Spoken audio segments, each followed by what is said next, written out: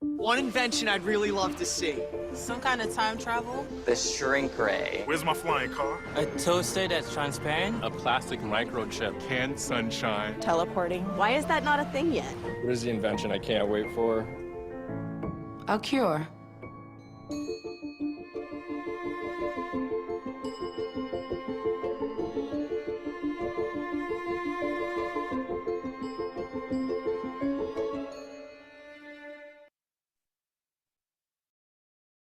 Boa noite a todos.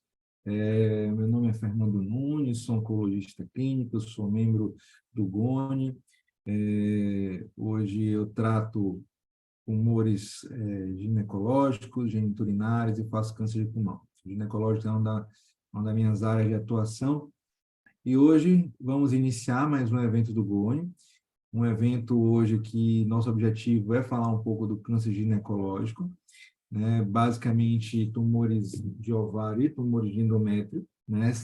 Esse evento é um evento que ele traz uma forma prática, né, com dois casos clínicos, um caso clínico de ovário, um caso clínico de endométrio, e no qual a gente vai discutir as principais perguntas que estão em torno dessas duas patologias, né? Para fazer parte desse evento, né, nós temos aqui dois grandes amigos, dois nomes em oncoginecologia, né? Doutora Lígia Soares. Doutora Lígia é oncologista clínica no Rio Grande do Norte, né? Uma grande parceira, né? Dispensa comentários, né? Uma unanimidade quando a gente fala de oncoginecologia.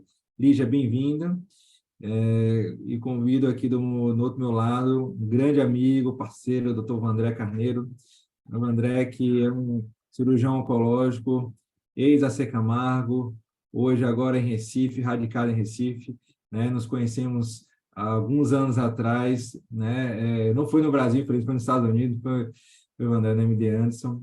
O pouco de cirurgia que eu sei é por causa dele, que ele me obrigava a ir para a sala de cirurgia, né? E eu que não fosse, porque senão eu ia ficar mal na vida com os preceptores. Mas é um prazer enorme estar com você aqui de novo. Seu nome também dispensa comentários, André. Você é um cara ímpar no Brasil inteiro, né? Todo mundo que fala de você fala bem, né? Então, não só pelo seu conhecimento técnico, mas pela sua didática e pelo seu carisma também. Bom, bem-vindo vocês dois, é um prazer estar com vocês aqui. Tá? Eu vou passar a palavra agora para a doutora Lígia, ela vai apresentar o primeiro caso, o caso de câncer de ovário, tá? E depois a gente segue para o câncer de endométrio. Lígia, bem-vinda, segue com o caso e a gente vai discutindo, interagindo aí, tanto com o público como comigo e com o André. Boa noite a todos. Muito obrigada, Fernando, pela apresentação. É um prazer estar aqui. Obrigada pelo convite. Esses eventos de eventos científicos sempre é muito enriquecedor para toda a equipe, ainda mais quando é multidisciplinar, né? O Vandré também dispensa comentários, o currículo dele é muito bacana, muito extenso. Eu vou já compartilhar minha tela com vocês. E aí, gente, essa apresentação, a intenção aqui é ser bem interativa com o público, né? Então, nós vamos discutir o caso clínico, e no meio do caso clínico nós vamos ter várias perguntas com enquetes para vocês responderem, tá? E aí, ajeite as perguntas, se vocês quiserem tirar alguma dúvida, pode colocar no chat que a gente vai responder, e aí vamos seguir. Começar a minha apresentação. Então, eu fiquei responsável por falar um caso clínico de câncer de ovário. Aqui. Então, esse aqui são os meus conflitos de interesse. Vou passar também o do nosso colega Vandré, né? O doutor Vandré, ele é cirurgião oncológico, ele atua em Recife, e esse currículo aqui que dá muito gosto, como diz minha mãe, é o currículo dele, que realmente, como o Fernando falou, dispensa mais comentários. Então, vamos começar.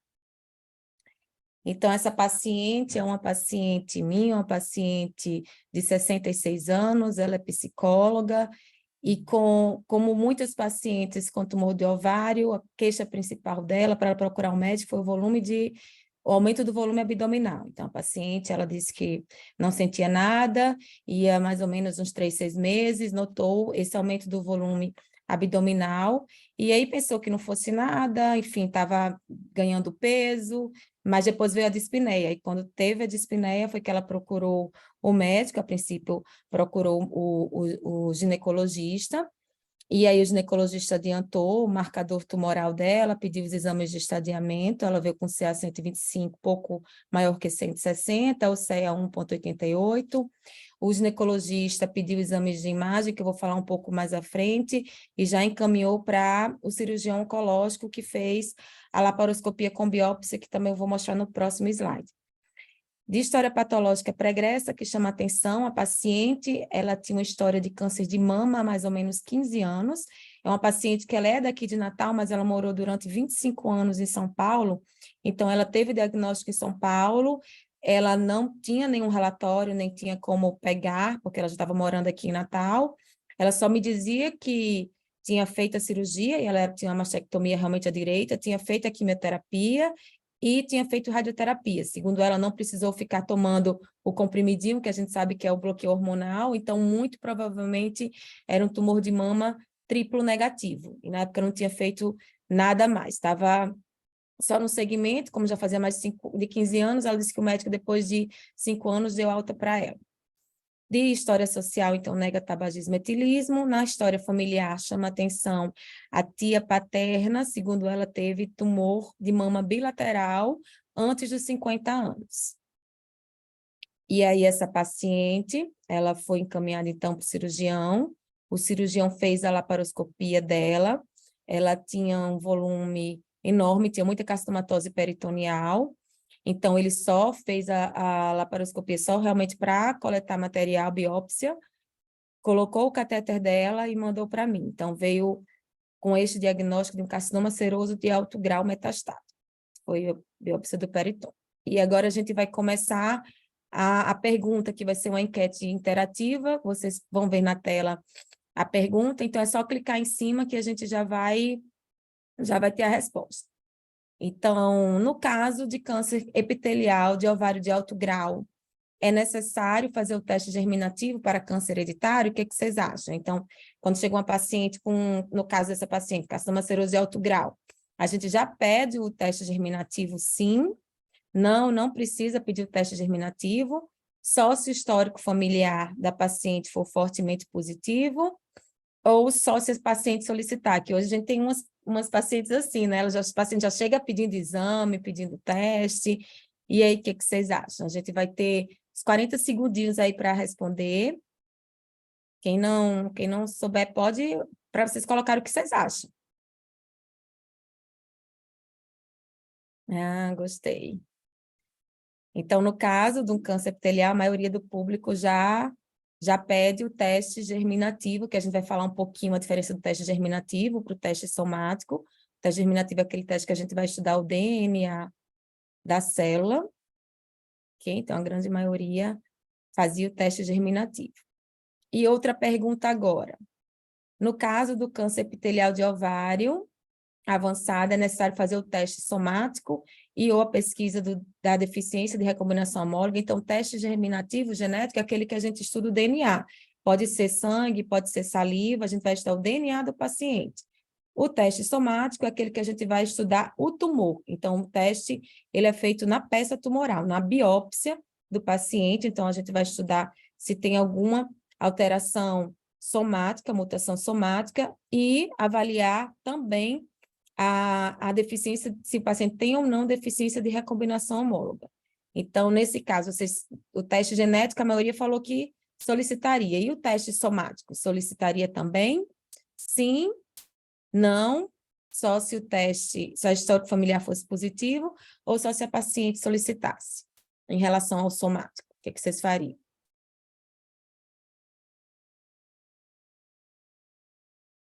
Aí, no somático, então, a grande maioria, 83%, solicitaria o teste.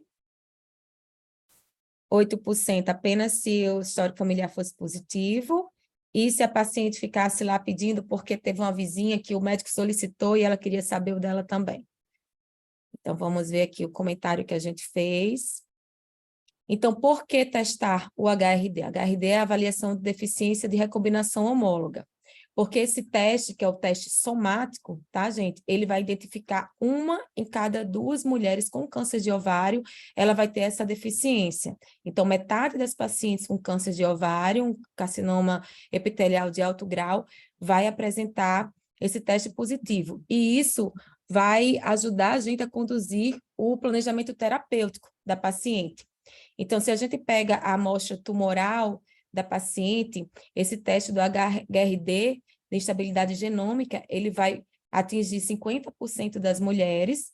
Quando a gente pega o teste genético, aproximadamente 31%, a avaliação do BRCA1 e BRCA2 em 22%, e quando a gente faz o teste genético, a amostra sanguínea, a gente pega aproximadamente 14%. Então, a gente precisa, em todas as pacientes que têm o diagnóstico do câncer epitelial de ovário de alto grau, pedir o teste, a avaliação, pelo menos se tiver que escolher uma, né? Falou, só tem uma, ou genético ou somático, a avaliação da HRD. Então, a gente tem que escolher pelo menos uma, com certeza, a avaliação da HRD. Fernando, você quer comentar alguma coisa em relação a isso, a sua rotina? Perfeita abordagem, Lígia. Eu favoreço sempre o somático, né? Porque, como você falou, metade dos pacientes podem vir alguma alteração, com estabilidade genética, que vai até nos inclinar a fazer determinado tratamento ou não. Tá? Se você me permitir voltar um pouquinho até no começo do caso, eu queria até questionar para o André,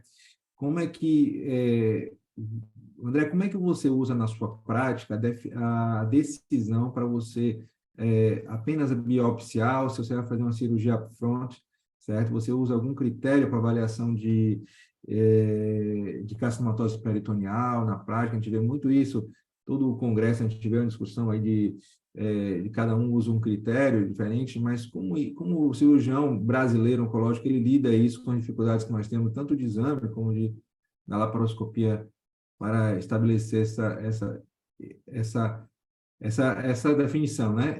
Essa pergunta tem uma função que eu vou trazer mais adiante, né? Eu já discuti com o Lígia isso fora daqui, né? Sobre como nós conduzimos o número de quimioterapia, mas eu gostaria de ouvir muito sua opinião, como você define o tratamento no início. Como cirurgião, que é o cirurgião que encaminha para a gente, né, Vandré? Você já chegou do cirurgião. E aí, Vandré?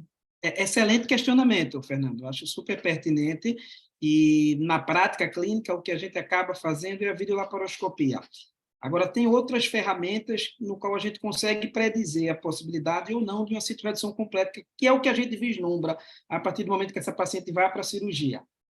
Então, a laparoscopia é uma ferramenta extraordinária. A gente tem alguns critérios clínicos bem estabelecidos para tentar predizer essa ressecabilidade. A gente tem o de Sugar-Baker, que é o PCI, a gente tem o de Fagotti, que eu gosto muito, que é direcionado para câncer de ovário, mas, de uma forma geral, o que nos deixa mais tranquilo é que a gente já tem uma evidência baseada em 3 ensaios clínicos grandes que avaliaram a estratégia da citorredução inicial versus a citorredução de intervalo.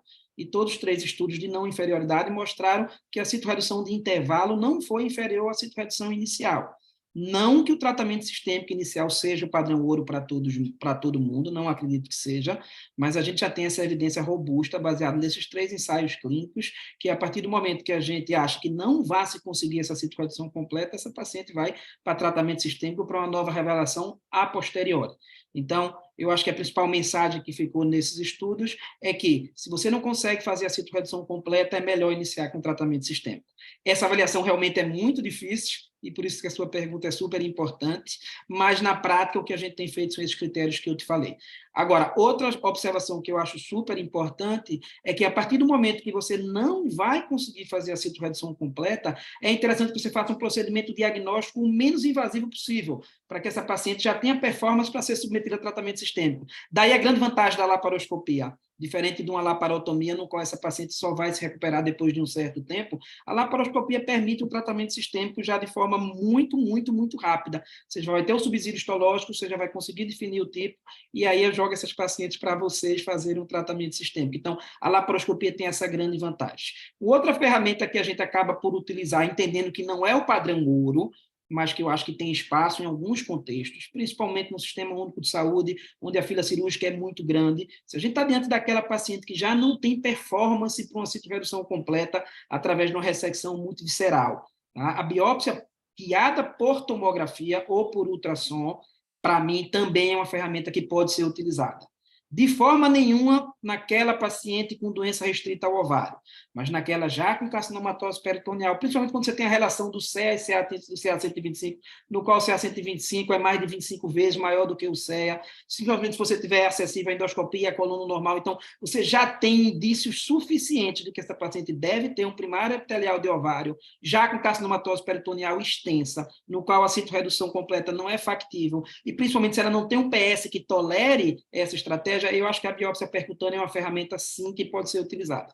Tá? Mais uma vez, não como regra, mas sim como exceção, e a gente acaba por fazer na prática, baseado em tudo isso que eu falei para vocês. E outra observação que eu acho super importante, que Lígia trouxe, e concordo completamente com vocês dois, no qual a avaliação somática em busca da alteração da via da recombinação homóloga é, sim, a principal escolha e deve ser custo-efetiva. Saiu uma publicação agora mostrando que é custo-efetiva. Quando a gente compara com o teste germinativo, é importantíssimo deixar a mensagem de que o teste germinativo, a partir do momento que você identifica na avaliação da recombinação homóloga uma alteração em BRCA1 e BRCA2, ele tem que ser feito. Porque aí a gente já está falando de mudar a história natural na família. A gente está falando da predisposição hereditária ao câncer, o padrão de herança é autossômico dominante, então 50% de chance de ser transmitido. Essas mulheres que vão ser identificadas na família, que não tiveram câncer, têm uma penetrância em torno de 44% para ter câncer de ovário, então a gente sai de 1 a cada 100 da população de risco habitual e vai para 1 a cada 2, quase, e a gente tem hoje em dia a estratégia da salpingofolia bilateral redutora de risco, que muda completamente a história natural dessas mulheres, reduzindo o risco de câncer aí em torno de 80% até 96%. Então, eu acho que essa mensagem ela deve ficar também. É óbvio que lá, quando a gente está na assistência, a gente se preocupa muito mais no contexto de tratar essa paciente. Esse teste, ele tem como principal função, o da avaliação somática, predizer e indicar determinada terapia-alvo, o inibidor da PARP, mas, se a gente identifica esse teste germinativo, ele tem que ser feito por tudo isso que eu falei. E outro dado interessante é que a Agência Nacional de Saúde, ela contempla a obrigatoriedade do pagamento do teste, tá, em toda mulher com câncer de ovário epitelial, independente do subtipo e do grau. E aí eu estou falando do teste germinativo. Então, toda mulher que tem plano de saúde, esse teste germinativo ele é coberto pela ANS. Independente da idade ou diagnóstico e da história familiar, toda mulher com câncer de ovário, a ANS, hoje em dia, através da sua normativa, obriga que o plano ou a seguradora custeie esse teste germinativo. Isso é um dado que é importante também. Então, o teste germinativo ele é importantíssimo, não só para a paciente, mas para que a gente possa fazer o aconselhamento e segregar numa eventual variante patogênica, uma variante provavelmente patogênica, mudando a história natural da família como um todo. Tá? Eu acho que essa observação é bem importante também. Ótimo. Outra pergunta, Vandré. Você, no estadiamento, você prefere tomografia de tórax, ressonância de abdômen total? Você pensa o PET em algum momento específico? A gente sabe que o PET não é muito bom para carcinomatose peritoneal. Então, seu estadiamento, geralmente, das suas pacientes, o que você prefere para ovário? Excelente pergunta também, Lígia. Se eu estou diante de uma massa anexial suspeita, a ressonância magnética, sem sombra de dúvida, é o padrão ouro, para a gente caracterizar essa lesão. Essa lesão ela pode, eventualmente, até não ser cirúrgica, a gente usa muito um critério chamado ORADS. Se eu já tenho o diagnóstico de uma lesão possivelmente anexial com carcinomatose peritoneal, a ressonância de forma isolada ela vai agregar muito pouco. Tá? E é um exame mais caro, cuja acessibilidade é menor. Então, para estadiamento, a tomografia de abdômen total, contemplando a tomografia de tórax, para mim já é um excelente exame. Tá? Então, se eu já estou diante dessa doença avançada, a ressonância vai agregar muito pouco. Diferente do cenário que eu quero caracterizar essa lesão. Ou eu quero definir plano de crivagem com os outros órgãos adjacentes. Tá? Então, aí a ressonância ela passa a ser o padrão ouro. Mas a tomografia para estadiamento, tanto para avaliação de doença linfonodal como para avaliação peritoneal, é muito semelhante à ressonância. Em relação ao PET, a gente tem uma evidência mais robusta no contexto de uma recidiva. Né? A gente tem o SOC1, que foi um estudo que avaliou justamente essa estratégia da citorredução secundária, e contempla o PET para a seleção daquela mulher que vai se beneficiar da cirurgia, justamente predizendo a possibilidade de uma citorredução completa.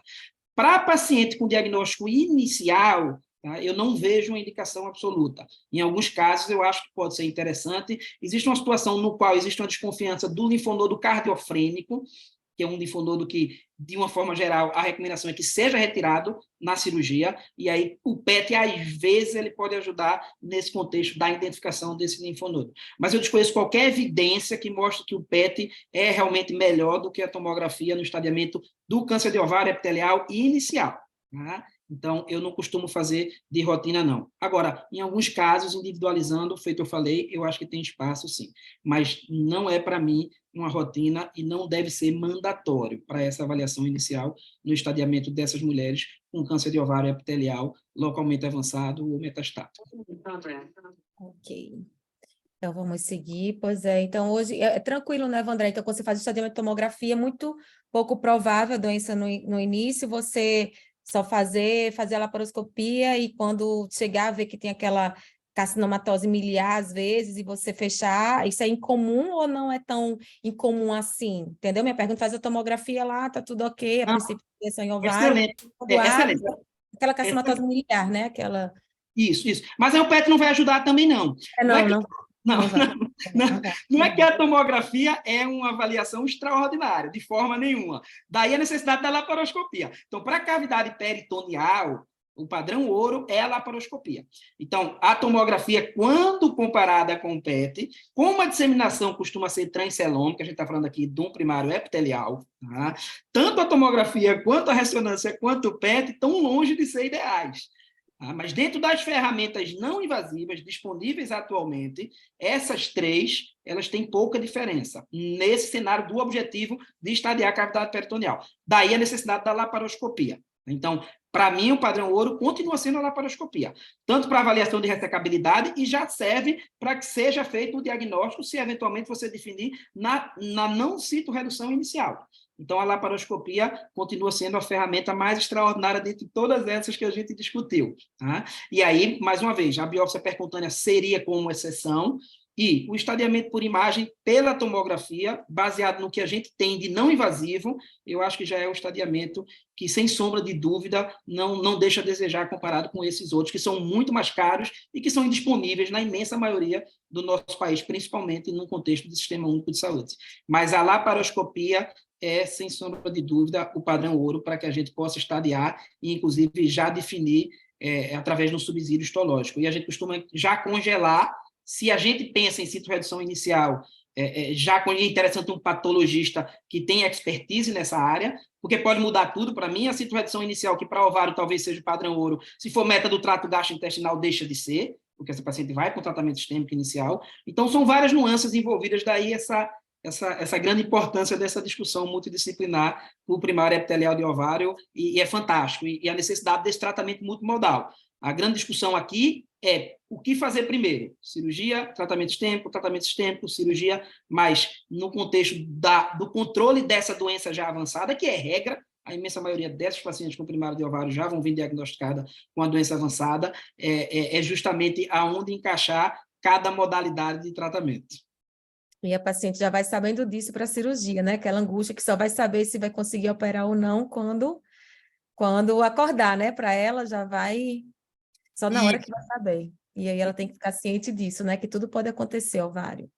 O que alguns centros fazem é já deixar agendada a laparoscopia, definir a ressecabilidade e não ressecar naquele momento, por uma questão organizacional. Isso é muito comum nos centros europeus. Até porque eu tenho aquela outra paciente esperando, eu tenho uma outra esperando. Então, isso na nossa realidade é muito difícil de ser feito, até porque você vai ter que fechar e depois fazer uma nova anestesia.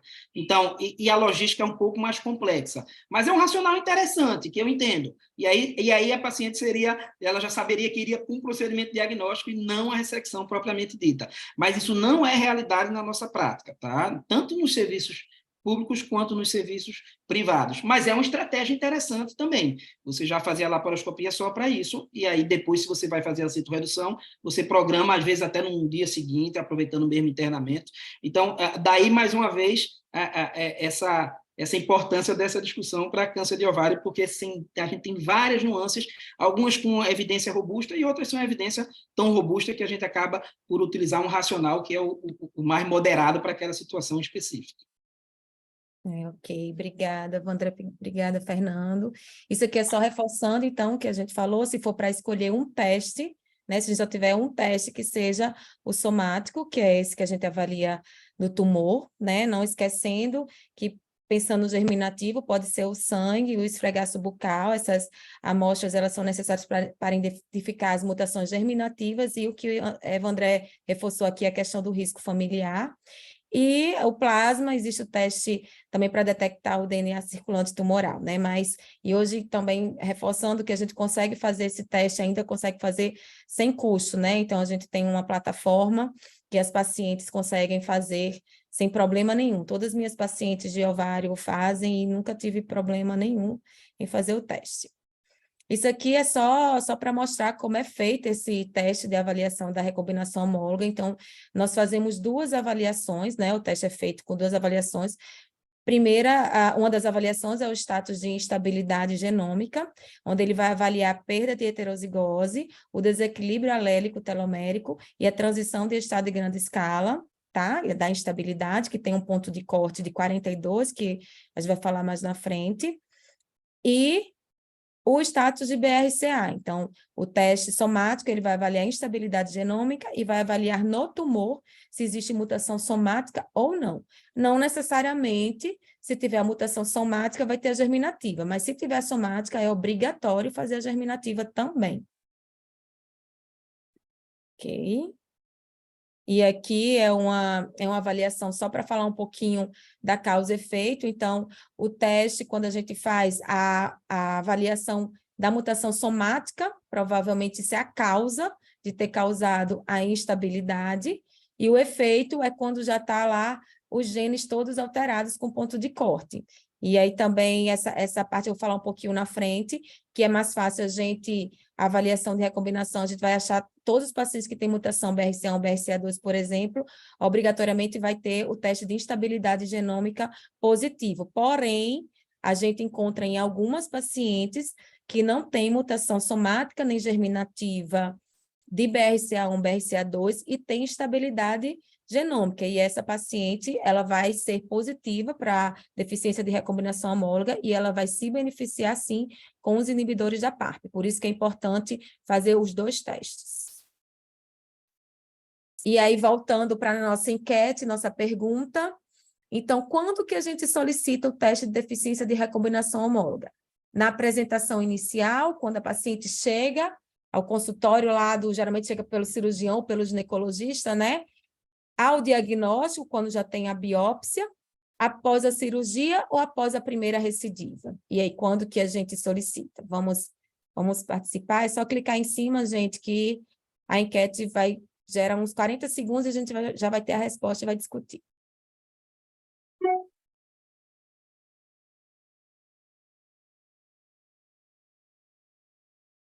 E aqui, o que vocês acham? Na apresentação inicial, ao diagnóstico, após a cirurgia ou após a primeira recidiva? Quando que a gente deve solicitar o teste?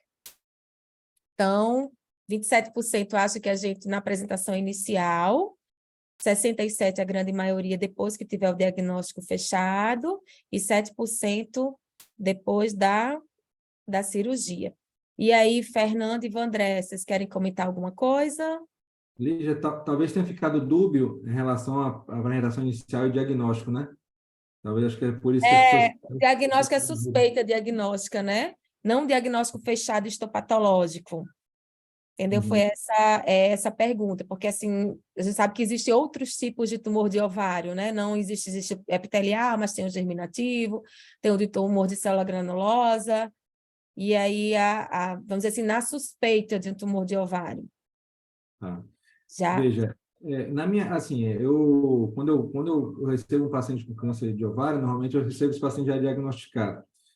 Então, assim, e naquele momento que eu recebo, eu tenho que fazer todo o planejamento do tratamento, né, de quantos ciclos eu vou pensar, se vai ser uma cirurgia de intervalo. Obviamente, eu já vou ter ligado para o cirurgião oncológico, a gente já vai ter discutido o que é que ele encontrou, qual é o objetivo dele, se ele vai querer operar de intervalo, se ele vai fazer a cirurgia front. Então, assim, eu imagino que quanto antes a gente tiver essa informação, até mesmo para a gente decidir os próximos passos, é melhor. Então, na minha visão, eu acho que a oncologista receber esse paciente é indicativo de fazer esse teste. Mesmo porque é um teste que demora algum tempo, né? A gente vê que ele é em torno de 20, 28 dias o resultado, mas ainda tem burocracia para pegar a peça, manda a peça, entendeu? Então, assim, quanto antes você mandar, minha visão, é melhor. É. Não sei se o Vandré quer comentar alguma coisa em relação a isso, mas... Concorda, né, Vandré? Então, Fernanda, assim que o paciente chega com histopatológico, tem que ter o resultado realmente da biópsia, e a gente já solicita no papel de receituário normal, é muito simples, você só faz a solicitação, solicito a avaliação de teste de recombinação homóloga, indicação clínica paciente com carcinoma epitelial de alto grau, avançado, e aí ela vai lá para o laboratório de patologia, assina um termo de consentimento autorizando, né, fazer o teste no material, e demora mais ou menos de 3 a 4 semanas, eu acho que em todo o território brasileiro, a gente vê que fora são 14 dias, né? Mas a gente tem tempo, porque isso aí, a nossa proposta é começar o tratamento depois da cirurgia, depois que concluir a quimioterapia. Então, realmente dá tempo se a gente solicitar logo no início do diagnóstico histopatológico. Lígia, eu vou te fazer uma pergunta também, aqui de ordem prática. Hoje, quem pode pedir esse teste? Todo é um oncologista, tem que ser um oncogeneticista? Porque pode ser uma dúvida recorrente de alguns colegas, né? E depois, antes de me responda, tem uma pergunta da plateia. Berta perguntou para você, ou para o André, né, para a gente, se deve sempre testar no estágio 3 ou em estágios mais avançados. A partir do 3, Berta, um beijo, Berta. A partir do estádio 3, a gente já solicita, porque os estudos foram para o estádio clínico 3 e 4, então a gente já vai solicitar nesse início.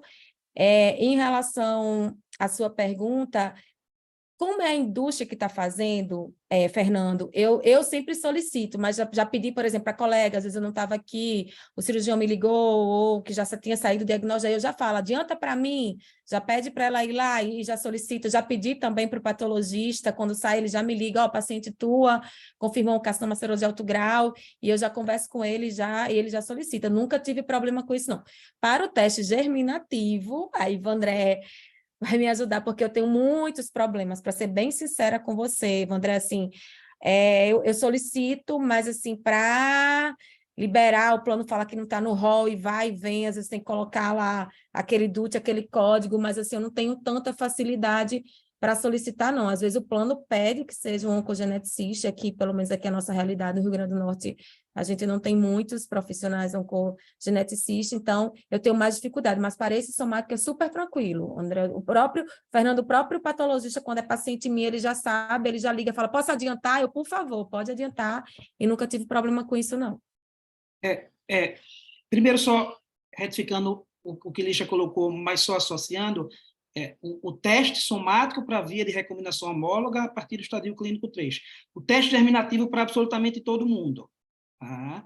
Então, chegou uma paciente de 99 anos, com primário epitelial de ovário, sem histórico familiar nenhum, estadio clínico 1, essa paciente tem indicação de que seja feita a avaliação germinativa.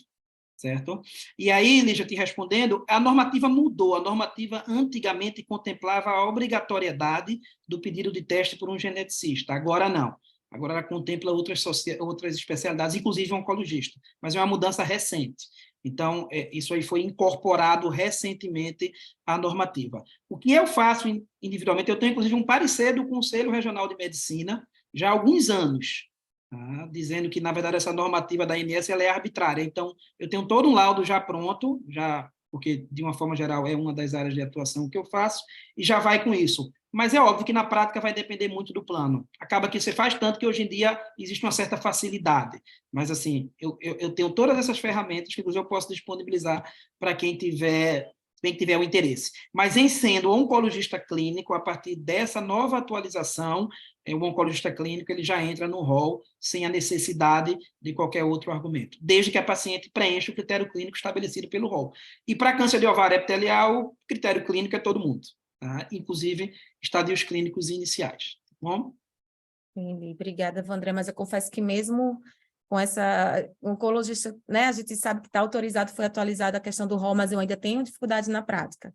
Termina que a gente faz o relatório, mas a saída eu acho que é essa que você já faz, já vai com o relatório, com código, com tudo, porque eu tenho dificuldade para autorizar. Então, voltando para o caso clínico da nossa paciente, então, no exame de estadiamento, ela fez tomografia de tórax e abdômen total e mostrou, ela tinha doença volumosa em peritônio, tinha muita carcinomatose peritoneal e tinha várias nodulações em pleura. Então, a gente não tinha dúvida que essa paciente tinha doença pleural metastática. Então, era uma paciente de 66 anos, diagnosticada com carcinoma seroso de alto grau, estadio clínico 4A, porque a gente já considerou pela imagem que era uma doença metastática para pulmão, para pleura. E aí ela fez o tratamento com quimioterapia baseada em platina, taxano, e o Avastin, nesse caso, a gente começou apenas após o 4º ciclo.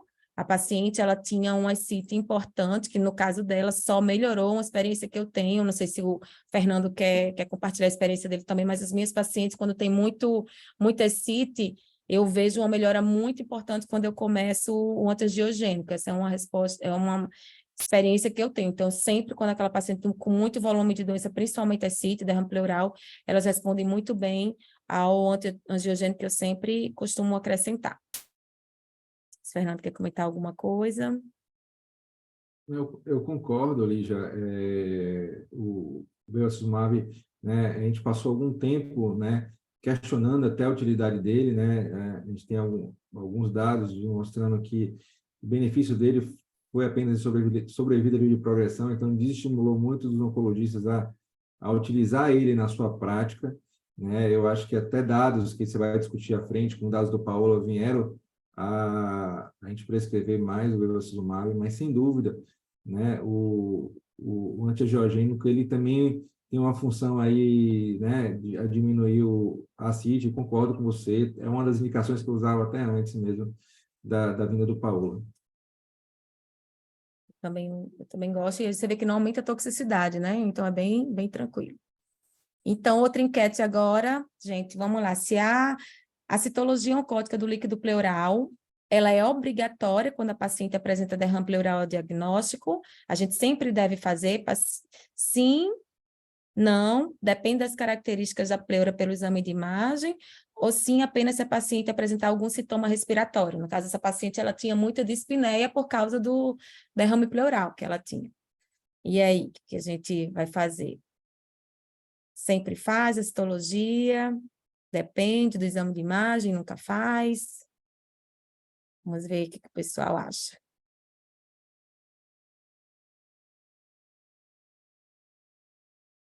Uma resposta.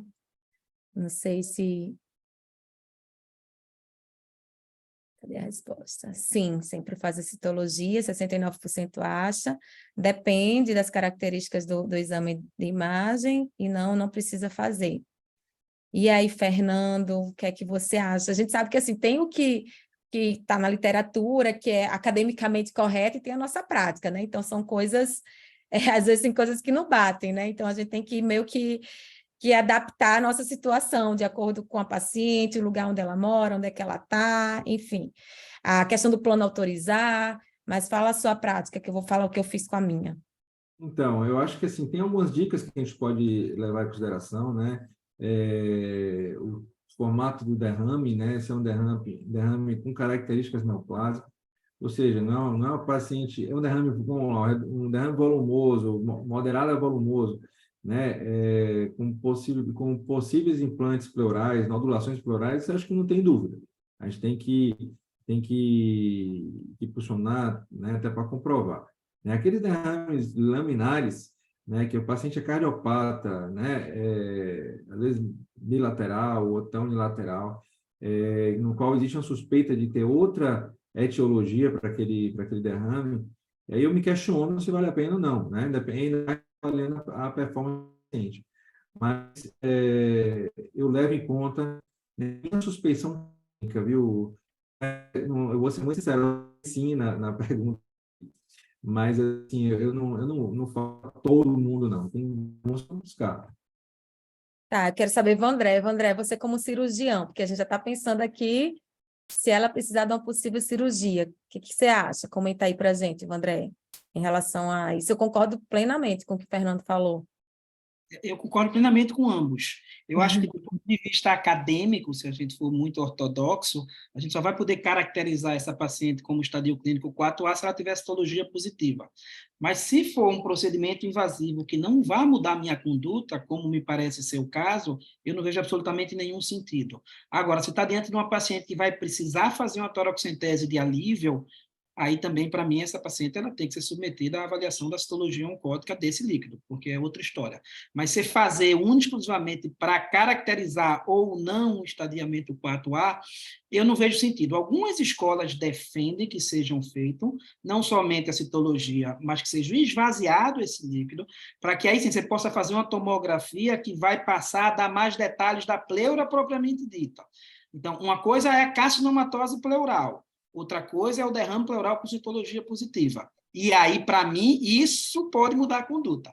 Então, nesse contexto desse esvaziamento para que você faça uma tomografia de tórax, algumas escolas, inclusive, indicam a toracoscopia de rotina a partir da citologia oncótica positiva. Então, você faz a citologia sempre, vê o positivo, você vai fazer uma toracoscopia para avaliar a cavidade pleural, porque o raciocínio, Lígia, Fernando e demais, principalmente quem não trabalha com cirurgia, é muito parecido com a laparoscopia. Porque se ele tiver carcinomatose peritoneal de forma miliar, e eu não tiver um estudo com uma toracoscopia, ou a própria abordagem no intraoperatório, a gente pode discutir um pouquinho depois disso, apesar de ser muito específico, eu não vou saber se existe doença macroscópica residual ou não. E isso é importantíssimo no tratamento cirúrgico do câncer de ovário. Mas nesse contexto, onde você tem um derrame, você não tem sinal mais agressivo de que tenha comprometimento pleural. Tá? A tomo, ela não é o padrão Olo, mas ela dá indícios. Então, você tem uma lesão sólida, você tem realce pelo contraste, então ela pode, de qualquer forma, induzir, como o Fernando muito bem colocou. Mas no contexto do que é mais frequente na prática, aquele derrame menor, que na verdade foi por via transcelômica, que ele transbordou, que não me parece ser doença neoplásica, cuja paciente não tem sintomatologia, eu particularmente não vejo sentido que seja feito somente para esse propósito. Tá? Mas é interessante demais essa avaliação também. E, na minha concepção, não existe um certo ou errado, já que a gente não tem evidência tão robusta comparando todas essas, diferente de outras coisas que a gente tem. Essa paciente, a gente conversou sobre isso, mas era uma paciente que ela não gosta de hospital, de internação, e como ela respondeu muito bem ao tratamento sistêmico em relação a esse derrame pleural também, e aí terminou que a gente não fez essa avaliação. E aí veio outra questão, que a gente vai ser a segunda enquete aqui, mas ela teve uma resposta pelo exame de imagem, depois dos 6 ciclos de quimioterapia, uma resposta completa. E aí, na cabeça dela, ela tinha o desejo, vamos dizer assim, de fazer a cirurgia dela, oncológica, mesmo sabendo que ela era um 4A, a princípio a gente considerou sim essa doença pleural dela, e ela foi para a cirurgia, o André depois a gente vai fazer a enquete agora, e na cirurgia daquela volumosa doença que ela tinha, foi encontrada apenas o carcinoma seroso de alto grau na tuba uterina, com tamanho de 1,4 por 0,9. Aquela doença toda celômica que ela tinha sumiu totalmente, não tinha mais nada. E aí vamos para outra enquete, né? Agora polêmica. E aí, gente, vocês acham que existe o benefício da cirurgia do tumor primário nos casos de câncer de ovário epitelial estadio clínico 4A, como era essa paciente? A princípio, ela tinha essa doença pleural, ela respondeu super bem, e aí, na cabeça dela, ela ia ficar curada, como ela diz, né? A palavra cura é difícil, eu prefiro falar controle, né? Se fizesse essa cirurgia, e como ela teve uma resposta brilhante, realmente exames de imagem sem evidência de doença, e ir para a cirurgia ou segue sem cirurgia? E aí, o que vocês acham? Vamos responder a enquete. E aí, Vandré, isso aí vai para você. Aí a maioria, André. Vandré, o que você acha? Vai, comenta você, é importante sua opinião. Fernando também, se quiser comentar depois, mas Vandré, é você. Eu fiquei muito feliz com essa resposta aí. Também. Eu acho que estar na frente da paciente é tão complexo, né? Mas ela respondeu tão bem o tratamento, e aí ela jurava que não ia ter mais nada, nem eu, né? E aí discutimos em onde e ela foi para a cirurgia.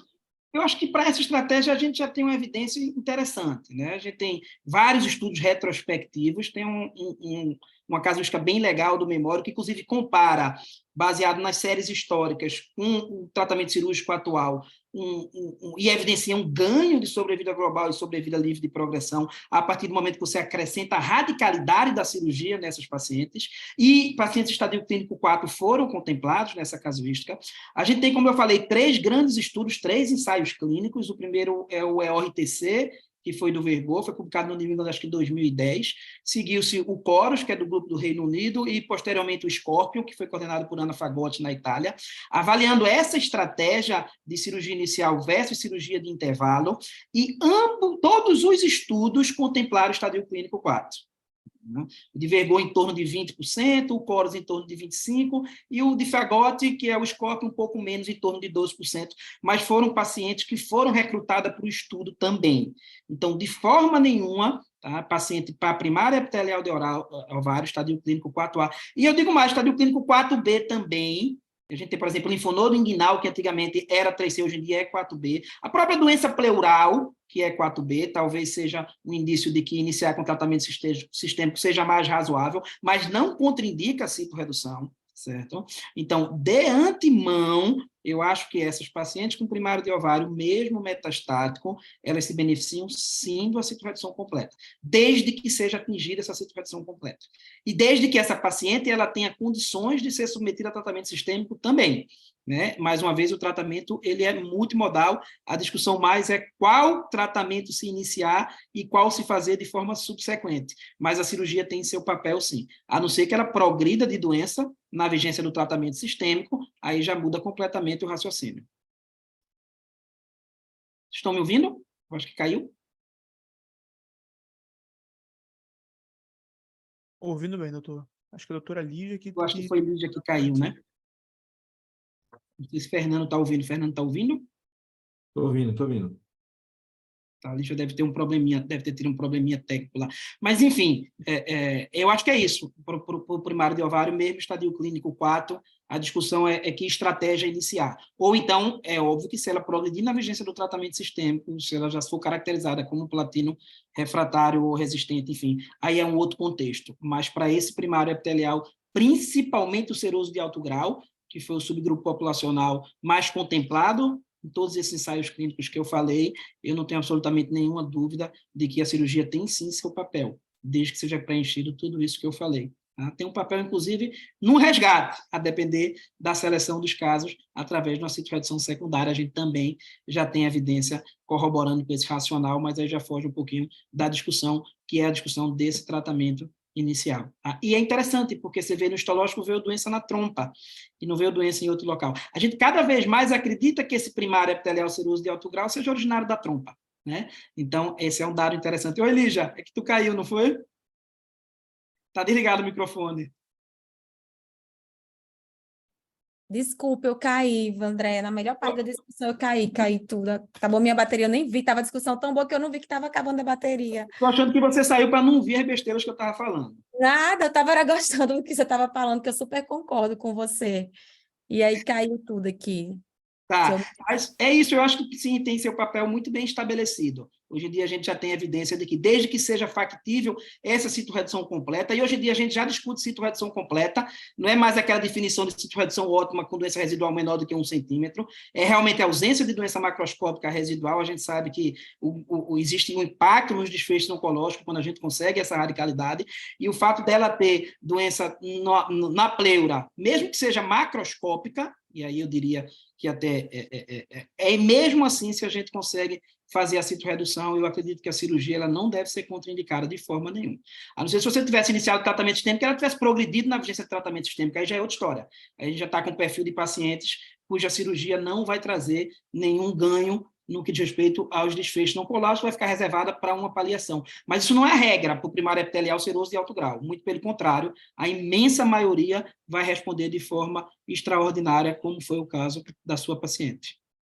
André, André Lígia, surgiu aqui uma pergunta aqui da plateia, que vai um pouco no que você está falando, André, e vai um pouco da nossa experiência, pelo menos a minha experiência, né, que a gente vê hoje nos principais protocolos, né, ou você faz a cirurgia upfront, ou você faz a cirurgia de intervalo, já foi visto que a diferença é muito pouca entre as duas abordagens, né?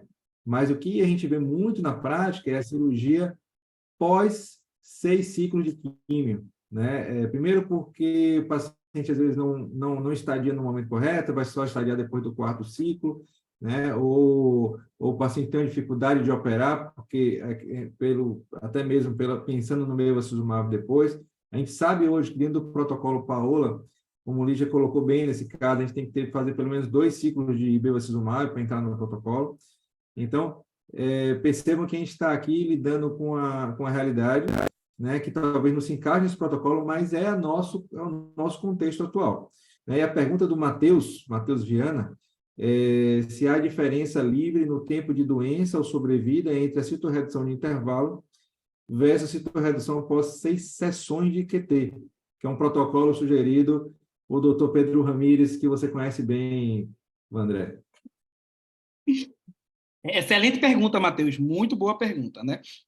Trazendo um pouco o que o Fernando colocou, na prática, mais uma vez, principalmente no contexto do Sistema Único de Saúde, é muito mais fácil se programar para uma abordagem após o 6º do que você reavaliar essa paciente entre o 3º e o 4º. Quando foi perguntado a Vergot, que foi quem propôs essa cirurgia de intervalo, lá naquele estudo que eu falei, do EORTC, acho que em 2010, porque 3, ele disse não tem motivo, porque está no meio. Então, o 3 é um número empírico. Tá? Então, eu acho que isso ajuda no raciocínio. O que é que a gente tem de dado na literatura? A gente tem 2 estudos retrospectivos, um que é a casuística do memório, que, na verdade, avaliou que 6 ciclos seriam deletérios, quando comparado aos 3 ciclos, e a outra do grupo de Ana Fagotti, que é a mesma do Scorpion lá da Itália, que mostrou que não tem problema nenhum fazer os 6. Então, o que a gente tem de evidência atual são esses dados retrospectivos. A gente tem um ensaio clínico em andamento que vai responder essa tua pergunta. Enquanto a gente tem essa incerteza, eu não vejo absolutamente nenhum problema em fazer os 6. Certo? Agora, eu acho que tem papel para individualização. Quando você está diante, por exemplo, na minha concepção, de tumores no qual a resposta ao tratamento sistêmico está longe de ser a resposta do epitelial seroso de alto grau, e aí seriam principalmente o seroso de baixo grau e o mucinoso, eu acho que uma estratégia de você reavaliar e não já preconizar esses 6 ciclos é uma... Desculpa, foi o meu celular aqui, o Siri. Então, eu acho que aí é uma estratégia que deve ser considerada com muito carinho. Eu fico muito receoso de mandar para tratamento sistêmico, já para 6 ciclos, essas demais histologias. Tá? Mas, de uma forma geral, isso é opinião pessoal minha. O que a gente tem de dado é isso que eu trouxe, pelo menos o dado que eu conheço. E eu fico mais tranquilo para essas pacientes, principalmente essa que está respondendo, né? Porque a que não está respondendo, aí é uma outra história, mas não é regra. Aí a gente está falando de individualização. Eu acho que, como eu fico mais tranquilo depois da publicação do grupo de Fagotti, de que fazer 6 não tem problema, e acaba que a gente preconiza que pode ser feito. Tá? Mais uma vez, não é que seja o padrão ouro, um ensaio clínico em andamento vai responder, mas se você, do ponto de vista logístico, não consegue fazer entre o 3º e o 4º, reavaliar, e outra coisa, avaliou entre o 3º e o 4º, e você vê que teve uma resposta, mas se consegue otimizar para minimizar a morbidade da cirurgia, que é a ideia do tratamento sistêmico inicial, eu não vejo problema absolutamente nenhum em você fazer mais ciclos, e é o que a gente acaba fazendo na prática, tá bom, Matheus? Bevacizumab, desculpa, Lígia, bevacizumab para você é contraindicação com a cirurgia?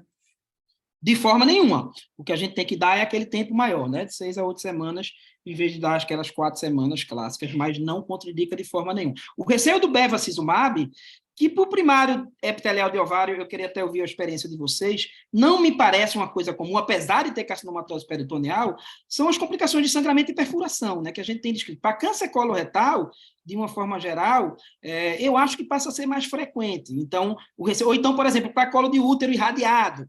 Então, assim, mas de antemão, falando em câncer ginecológico, né, uma das grandes mudanças de estratégia seriam essa, Fernando.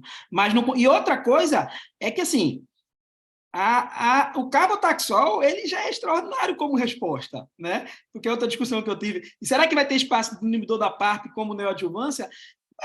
você tirar a platina do ovário, eu acho que vai ser muito complicado, né? Então, assim, de antemão, eu acho que é uma coisa que deve ser considerada também nesse raciocínio do que fazer e quando fazer, mas não vejo como contraindicação, não. Eu concordo, eu acho importante essa questão também. Com a pandemia, a gente também aprendeu muito, né, Vandré? Porque na pandemia, a maioria dos casos a gente já fazia os 6 ciclos mesmo. Então, depois da pandemia também teve muita mudança em relação a essa conduta. E se você for perguntar para a própria paciente, que também deve participar dessa definição, ela prefere fazer logo toda a quimio, se for possível, e depois ir para a cirurgia. Então, isso também é importante a gente fazer. Em relação à toxicidade do antiangiogênico, que a gente tem mais medo, que é o sangramento e a perfuração, eu também concordo com o Vandré, eu já vi alguns casos de intestino, até porque o primário, quando ele não é operado, a gente pode ver isso. Também já vi em câncer de colo de útero, inclusive eu tive uma paciente que perfurou a área irradiada, mas realmente ovário, nem fístula, nem nada. O ovário até agora, não sei a experiência de Fernando, mas também minha experiência em relação ao antiangiogênico, não tive experiência ruim em ovário, não. Eu também não tive nenhuma experiência negativa, não. Eu tive outros tumores, né? Com sangramento, trombose, embolia, mas assim, com ovário, graças a Deus, não tive nenhum. Também eu usava pouco, né? Estou voltando a usar agora. Eu só tenho mais a hipertensão e proteinúria, realmente proteinúria, principalmente no final, eu já tive alguns casos. E aí, outra enquete, gente, dando seguimento aqui, e aí vocês, pessoal que está assistindo a gente, já solicitou o teste para avaliar a deficiência de recombinação homóloga para alguma paciente diagnosticada com câncer de ovário epitelial de alto grau avançado? Então, sim, né, em casos selecionados, não, nunca solicitou. Apenas para as pacientes em que o teste germinativo foi negativo, ou sim, sempre solicito o teste de avaliação de recombinação homóloga para aquelas pacientes com câncer de ovário epitelial de alto grau. E aí, vamos ver o que o pessoal está respondendo. É bom, se pudesse ter uma enquete, se o paciente está com dificuldade, né, de fazer o teste, porque pelo menos aqui em Natal, não sei como é, Fernando, mas aqui em Natal é super tranquilo, super. Patologia, a equipe de patologia já sabe, já meio que virou uma rotina, por isso que é importante essa discussão em equipe, né? Porque eles sempre, quando vê, eles já, pelo menos o paciente eles já ligam, perguntam e já dão seguimento. Quase como mama, né? Que não tem como fazer esse imunistoquímico ovário, quando é um de alto grau, já vai para o teste somático.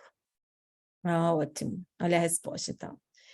Sim, sempre solicito. Então, é isso, eu concordo plenamente, também sempre solicito. Não sei se Fernando e Vandré querem comentar alguma coisa, mas a plateia também concorda com a gente.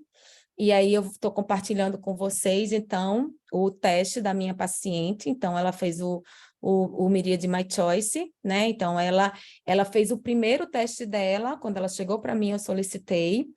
E não tinha o teste germinativo, não, e ela veio com HRD positivo, veio o status de instabilidade genômica positivo, com score de 71, a gente sabe que acima de 45 é positivo, e veio com alteração somática, tá, gente, positiva, para essa variante patogênica em BRCA1. Então, com esse teste, na verdade, o teste dela, eu não lembro se eu não tinha pedido ainda, mas eu sei que ela só fez o teste germinativo depois dessa avaliação do teste somático. E aí eu vou falar um pouquinho do teste do Myriad My Choice, para quem não conhece. Então, esse teste, ele vai avaliar no tumor, né, a mutação do gene do BRCA1, BRCA2, só lembrando que existem outros genes que atuam na via de reparo por recombinação homóloga, ATM, o BARD, o BRIP1, CK12, então existem outros genes, mas o que a gente avalia no teste é o BRCA1, BRCA2 e faz também a avaliação de instabilidade genômica com a perda de heterozigose com desequilíbrio telomérico e a transição de estado de grande escala. Então, o teste, a gente disse que ele é positivo, como foi da minha paciente, quando ela apresentou a mutação somática ou essa instabilidade, esse somatório da instabilidade genômica é maior ou igual que 45. Só voltando aqui. Então, se viesse só a mutação aqui somática, ela já seria positivo, como se a mutação somática não tivesse presente, mas ela tivesse um score de 71, ela também seria positivo para deficiência de recombinação homóloga. E depois disso, essa minha paciente foi para o teste e confirmou ela tem alteração genética, o teste germinativo dela foi positivo para a mutação de BRCA1 e ela foi encaminhada para o oncogeneticista. Ela só tem um irmão, que até agora, acreditem, não fez o teste porque não tem plano de saúde, e enfim, então eu sempre cobro a ela. E esse slide é só para entender, eu acho bem interessante esse slide, que a gente sabe que tem duas formas de identificar a deficiência de recombinação homóloga. Pela causa, né, que, por exemplo, se paciente, no caso da minha paciente, a causa dela é porque ela tinha uma alteração, uma mutação em BRCA, e com isso deu o efeito que é o teste, a deficiência de recombinação homóloga positiva. Então, só fazendo uma equivalência numa batida de carro, se você vê um carro que ele está batido na frente, você não sabe o motivo que bateu o carro, se foi o carro da frente que deu ré, ou se foi o motorista que estava no celular e bateu no carro de trás, ou se o freio não funcionou, mas o fato é que ele tem alteração, e no fato a paciente tem a deficiência de recombinação homóloga. Então, só com essa informação a gente já está autorizado a fazer o tratamento de manutenção com os inibidores da PARP. E aí, no caso dessa paciente, ela começou a manutenção em janeiro de 2021, não, 22, né? Ela fez um ano agora em janeiro.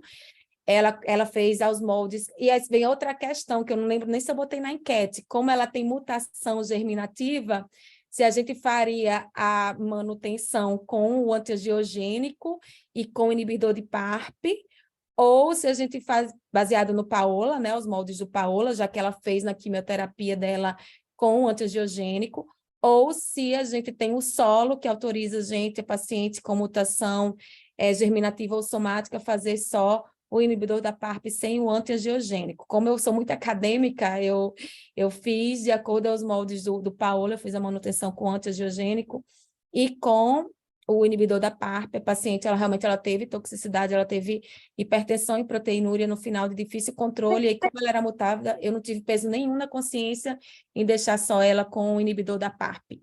Ela não consegue, gente, fazer a dose cheia por causa da mielotoxicidade, mas ela segue o tratamento com 75% da dose, e daqui a pouco, em janeiro de 2024, ela conclui os 2 anos do inibidor da PARP. Eu não sei se Vandré ou Fernando querem comentar alguma coisa. Eu ia botar outra enquete dessa, deixa eu ver se não coloquei. Não coloquei. Isso aqui é só para reforçar os estudos que a gente tem de manutenção, que reforçam a importância da manutenção do olaparib nas pacientes com diagnóstico com deficiência de recombinação homóloga.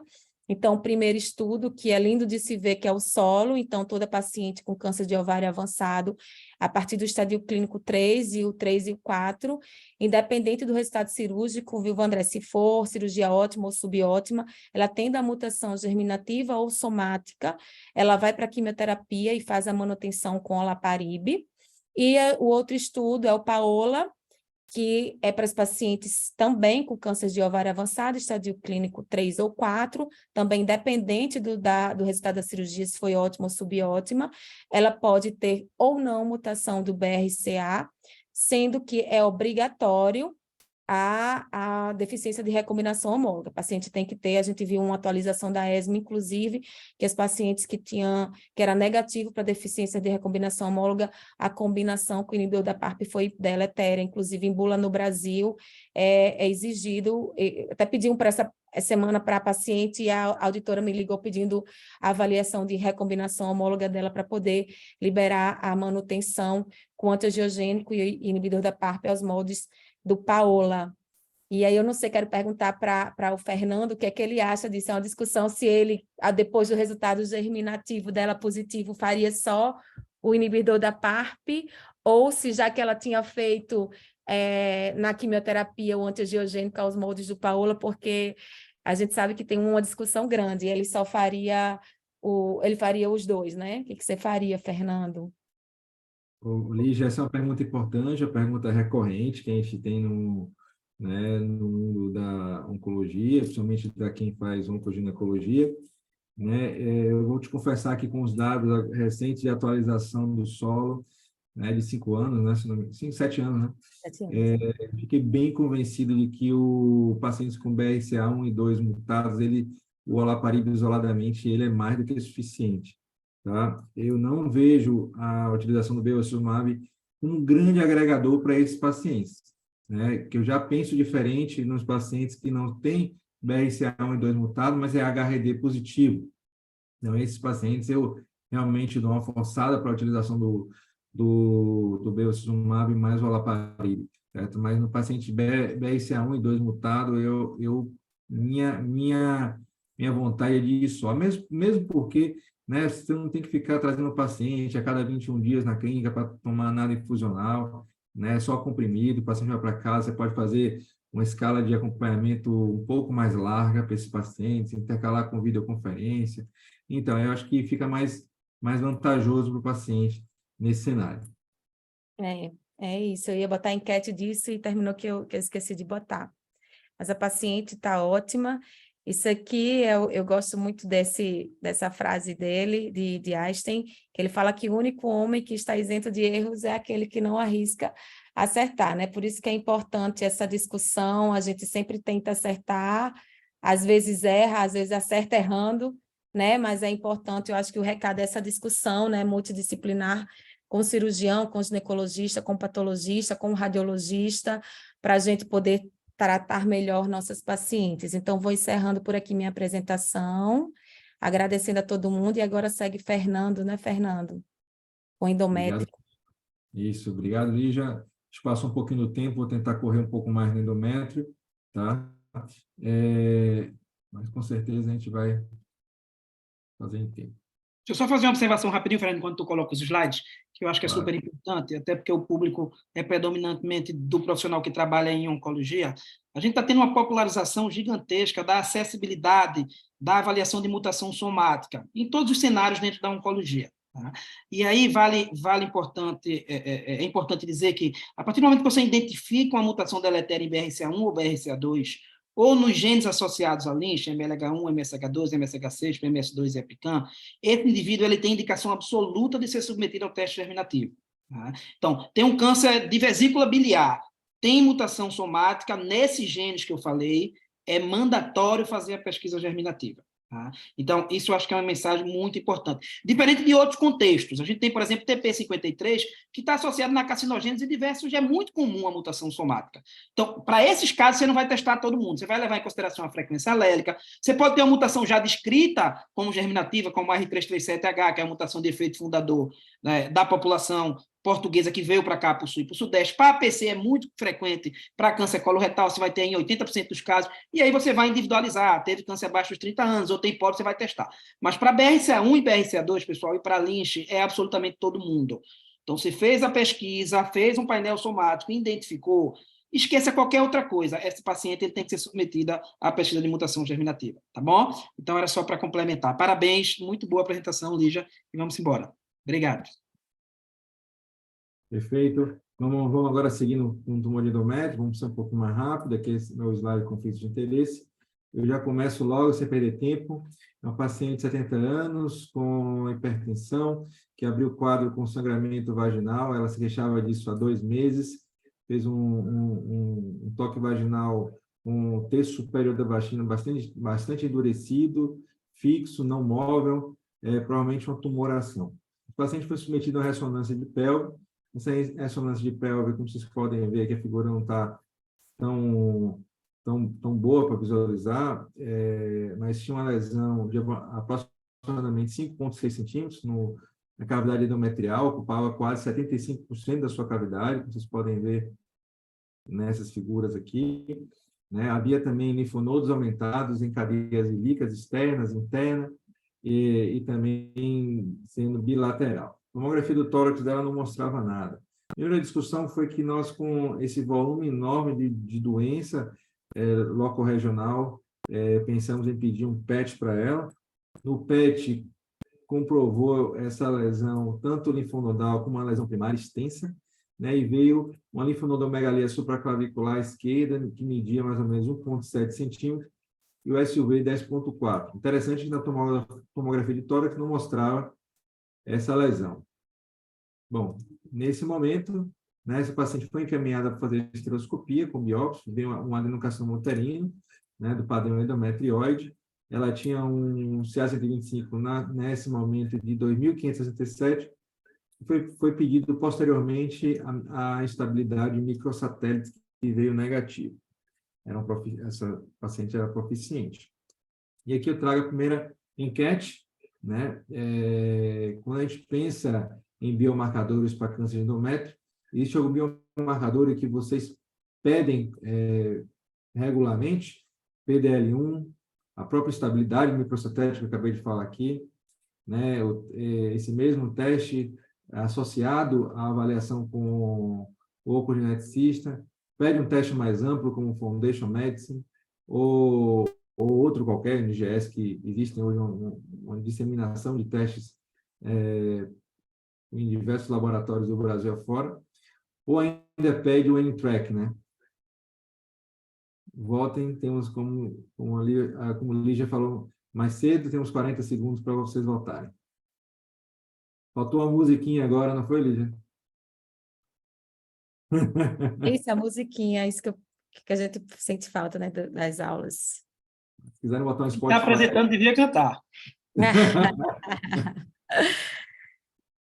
Todo mundo acabou pedindo estabilidade microsatélite. Eu quero ouvir de você, Lígia, o que é que você pede na sua prática, tá? E depois quero ouvir um pouquinho do André em relação ao encaminhamento com o oncogeneticista. Você, como cirurgião, a primeira pessoa que capta esse paciente, se você também já encaminha ou se você já pede alguma coisa à parte. Eu concordo, eu sempre peço avaliação de estabilidade microsatélite, né? Em relação ao NTRK, eu penso mais em pedir quando é, por exemplo, leomiosarcoma, que a gente sabe que estatisticamente a chance é mais fácil de vir o teste, mas sem o programa está difícil. Em relação a encaminhar um oncogeneticista, Vandré já discutiu isso com a gente antes, então agora eu estou enviesada, viu, Vandré? Mas eu vou ser sincera que antes eu pensava em encaminhar mais quando viesse alguma instabilidade, ou se o paciente viesse com histórico familiar, né, com aqueles critérios mais positivos, mas estabilidade eu sempre peço. Eu acho que, na verdade, não é toda paciente que tem que ir para o oncogeneticista, não. Agora, a pesquisa da instabilidade, que é feita de forma indireta, não por PCR, mas através da imuno, que é muito mais acessível, buscando a presença ou a ausência das proteínas de reparo, ela deve ser feita de forma universal. O NCCN recomenda para câncer coloretal desde 2016 essa estratégia. Para o câncer de endométrio, a partir do ano passado, as sociedades europeias de radioterapia, patologia e de oncoginecologia passaram a recomendar de rotina para todo mundo, mais uma vez, todo o câncer de endométrio. E aí sim, esse seria o teste de rastreio. Agora, encaminhar para o oncogeneticista se você estiver diante de uma paciente com diagnóstico numa idade muito jovem, um histórico familiar importante ou mais de um primário. Agora, a triagem através da imunohistoquímica para as proteínas de reparo, ela deve ser feita de forma universal. E agora, com essa nova classificação, na verdade, ela deve ser feita mesmo, até pensando no próprio planejamento terapêutico ou estadiamento. Mas, independente, já pensando em investigar para a síndrome de Lynch, ela já era preconizada, feito que eu falei anteriormente.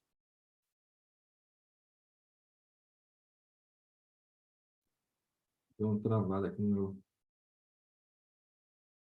Estão me ouvindo? Estamos, e acho que embaixo, Fernando, tenta passar embaixo na setinha, que você consegue. Aqui. Vai na setinha embaixo, Mas está dando um errozinho aqui. Então, dá ESC. Aí. Ainda bem que tu não é cirurgião, viu, Fernando? Aí o paciente já estava sangrando, aí já tinha morrido. Deixa eu parar de... Opa, acho que agora foi. Pronto. Vamos lá, voltando aqui. Bom, falando um pouquinho aqui da nossa escolha da estabilidade microsatélite, por que pedir estabilidade microsatélite, né? Basicamente, depois de um estudo, né, publicado aqui no 158 com várias cortes, né, no qual diversos pacientes foram incluídos com diversos tipos de tumores e encontrou uma positividade, né, nos principais endpoints, envolvendo aqueles pacientes que tinham deficiência nas enzimas de reparo, para a utilização de imunoterapia, essa imunoterapia é o pembrolizumab. Por isso, a partir de então, a gente acaba solicitando para diversos tipos de tumores, um deles é o câncer de endométrio. O estudo Keynote 158 foi um estudo bastante interessante, que colocou lado a lado duas coortes desse grande estudo, que foi a coorte D, que eram pacientes com câncer de endométrio, nesse caso eram independentes de ter estabilidade ou não, e na coorte K, que eram pacientes com estabilidade, com exceção de tumores coloretais. Então, os pacientes tinham que ter tido uma progressão a um tipo de tratamento prévio, uma linha de quimioterapia prévia, e recebiam pembrolizumab na dose de 200 miligramas a cada 3 semanas. Esse paciente recebia até 35 ciclos, ou aproximadamente 2 anos, né? E já que, olhando rapidamente a eficácia desse estudo, você vê uma taxa de resposta elevada para esses pacientes. Na população geral, 48% de resposta objetiva. Na população que progrediu apenas uma linha, chegou a 53% de resposta, e aquela população que progrediu a mais de uma linha, 44% de resposta. Tanto o endpoint sobrevida global como sobrevida de progressão trouxeram números surpreendentemente interessantes, com 13,1 meses para sobrevida de progressão, e para a sobrevida global esse número não foi nem alcançado, ou seja, não chegou nem na mediana de avaliação. Por isso, hoje é uma realidade a gente fazer pembrolizumab aqueles pacientes com instabilidade ou deficiência na enzima de reparo. Esse paciente recebeu, né, carboplatina e paclitaxel, recebeu 6 ciclos inicialmente. Em comparação com o estudo inicial, houve uma redução importante na lesão, né, de 6,4 a 4,1 centímetros, reduziu também todas as linfonodomegalias que apresentavam. O marcador saiu de 2.567 para 164, no final do 6º ciclo. E essa paciente, ela morava bem distante de Salvador, uma paciente minha, atual ainda, e ela pediu para ficar um tempo sem tratamento. Ela insistiu porque ela tinha que resolver a vida dela, eram 12 horas de viagem, e eu não tinha o que fazer, né, porque não ia convencer a paciente de continuar a quimioterapia, quando ela não queria. Acabei dando um intervalo livre de quimioterapia de mais ou menos 3 meses, mas, infelizmente, a doença voltou com toda a intensidade, mas o marcador subiu de 164 para 1.124, e a ressonância mostrou uma franca progressão. E daí vem a segunda enquete nossa, né? Qual é o próximo passo desse paciente, né? É mandar para o André, para ele operar essa progressão que aconteceu agora, retornar para a quimioterapia com platina mais paclitaxel, ou trocar para outra quimio, né? Talvez um doxoliposomal, uma coisa assim, ou ainda modificar para pembro mais levantinib, que é algo que a gente vai falar rapidamente daqui a pouco. Podem voltar.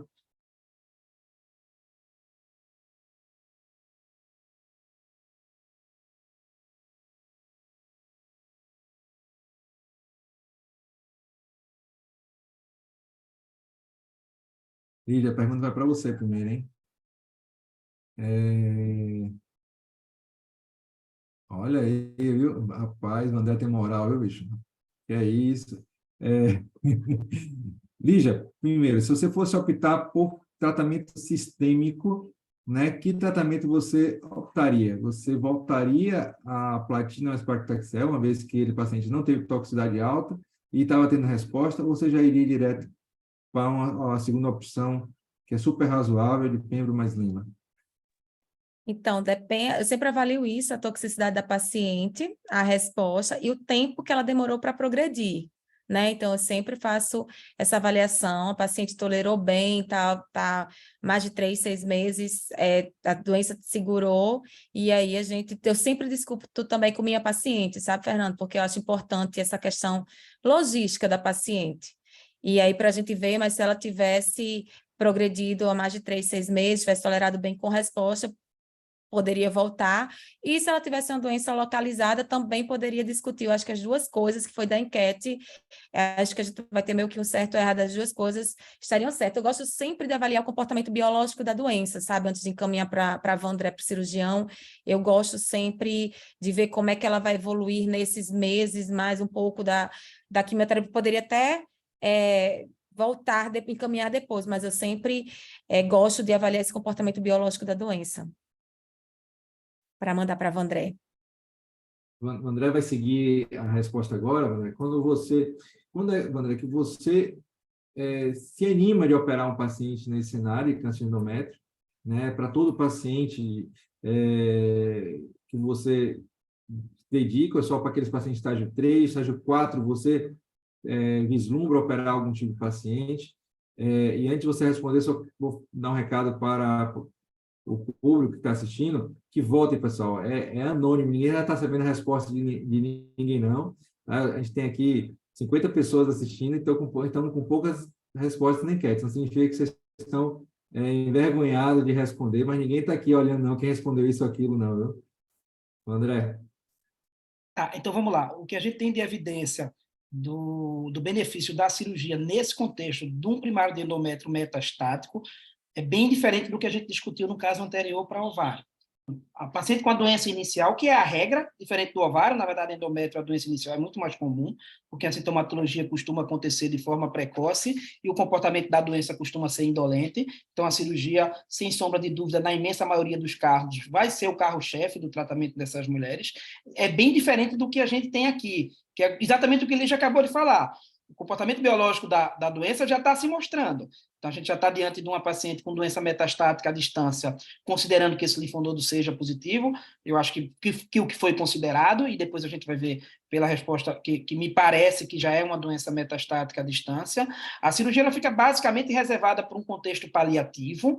Então, a paciente está sangrando, eu preciso de um controle loco-regional, a radioterapia entra como uma ferramenta que pode ser utilizada, mas a cirurgia também, eu acho que estaria muito bem indicada nesse contexto. Ou, eventualmente, se você estiver diante de uma lesão no qual você não sabe que se trata de um segundo primário ou da progressão da doença.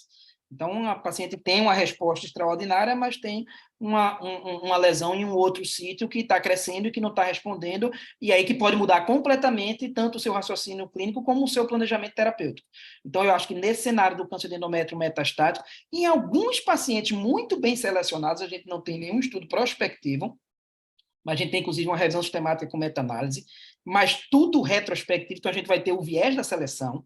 Possivelmente as pacientes que fizeram a cirurgia eram as pacientes que já iriam melhor mesmo, porque nesse contexto você vai indicar a cirurgia naquela paciente que é mais jovem, que tem uma performance melhor, que tem um intervalo livre de doença mais longo, então a tendência é você realmente selecionar através desses dados. Se mostrou sim um benefício, através de uma citoredução para essas pacientes já com metástase nesse cenário peritoneal. Mas isso aí, mais uma vez, não é o padrão. A evidência que a gente tem é baseada em estudos retrospectivos e individualizando talvez haja benefício. Como regra, o que eu acho que vale a pena é justamente isso que eu falei anteriormente, ou para o controle de sintomatologia, ou para uma eventual suspeita de um segundo primário, desde que a cirurgia também não seja uma cirurgia de uma radicalidade intensa que você possa mais prejudicar do que ajudar. Lembrando que, para mim, aí o tratamento primordial é o tratamento sistêmico. Então, algo que você possa fazer para esclarecer e que possa permitir que essa paciente volte para o tratamento sistêmico o mais rápido possível. Bom, esse paciente voltou a receber carboplatina e paclitaxel, voltou a ter nova redução da lesão uterina e das linfonodomegalias, foi uma resposta maior que ela tinha tido antes, inclusive, mas ela começou a ter um aumento da lesão na região do anexo. Essa lesão ela já tinha crescido para 4,5 centímetros antes e agora cresceu um pouco mais para 7 centímetros. Então, essa foi uma discussão, né, que a gente levou para uma avaliação em tumor board e se ponderou se seria a dificuldade da penetração da quimioterapia no ovário. A gente sabe que, às vezes, a quimio não penetra tão bem em ovário, né, em metástases para ovário, ou se pudesse ser um segundo tipo de tumor, como o André acabou de falar. Então,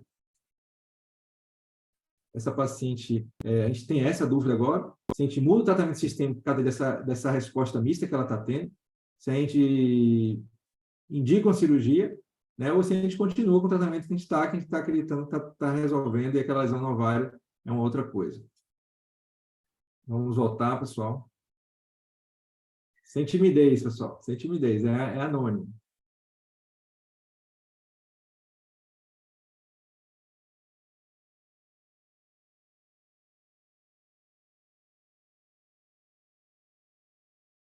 Bom, a maioria indicou cirurgia. Pô, rapaz, Lígia, eu vou te falar uma coisa, velho. O pessoal gostou de Vandré aqui, velho. Porque a cirurgia tá campeã, viu? Então, essa paciente... Fala, Lígia. Não, é isso mesmo, mas eu acho que discutir em board, né, discutir também com a paciente, eu acho importante a opinião da paciente. Ela respondeu, mas teve essa progressão, então a gente sabe que tem alguns estudos, né, que mostram essa vamos dizer assim, oligogressão em alguns sítios, talvez, se for factível, o exame de estadiamento só tem esse ponto específico, eu discutiria, sim, cirurgia, com certeza, com o cirurgião. Ainda mais Vandré convence todo mundo, tenho certeza disso.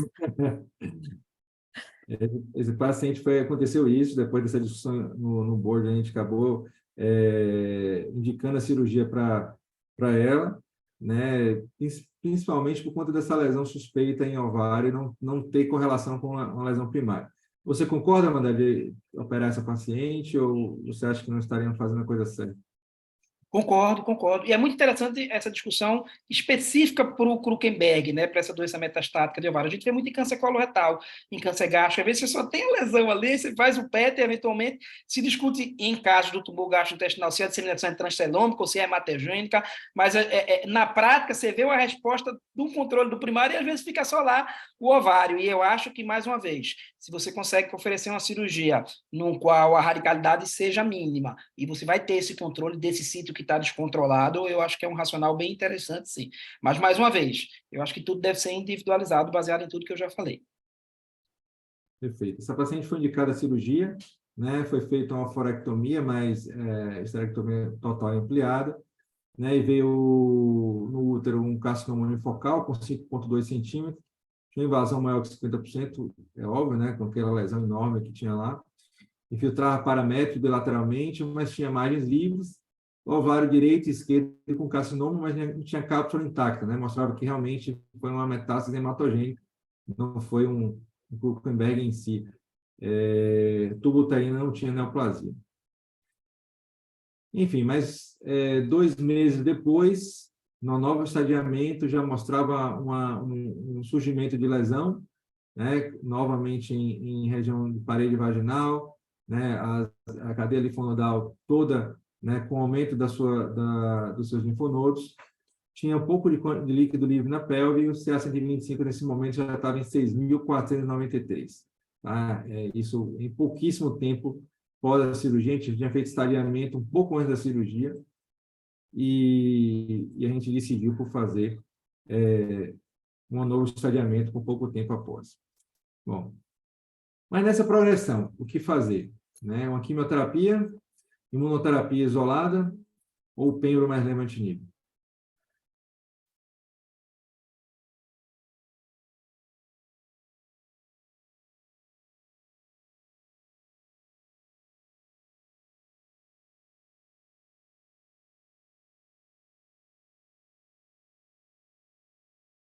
Todo mundo votou, quase todo mundo, 88% votou em pembro mais lenva. Bom, exatamente falando de pembro e lenva, a nossa indicação, né, é o Keynote 775, né, um estudo que avaliou pacientes, né, com câncer de endométrio, metastático, avançado ou recorrente. Os pacientes tinham que ter feito pelo menos uma linha de quimio prévia e era randomizado para lenva mais pembro versus doxorubicina ou paclitaxel. Endpoint primário é sobrevida de progressão e sobrevida global, é um endpoint coprimário. Tá? E nessa avaliação de eficácia, o grupo que utilizou o braço experimental teve uma redução no risco de morte da ordem de 30%, né? E uma redução de progressão ou morte da ordem de 40%, né? Ou seja, estudo fortemente positivo nessa indicação. Então, essa paciente, nós indicamos o pembro e lenva.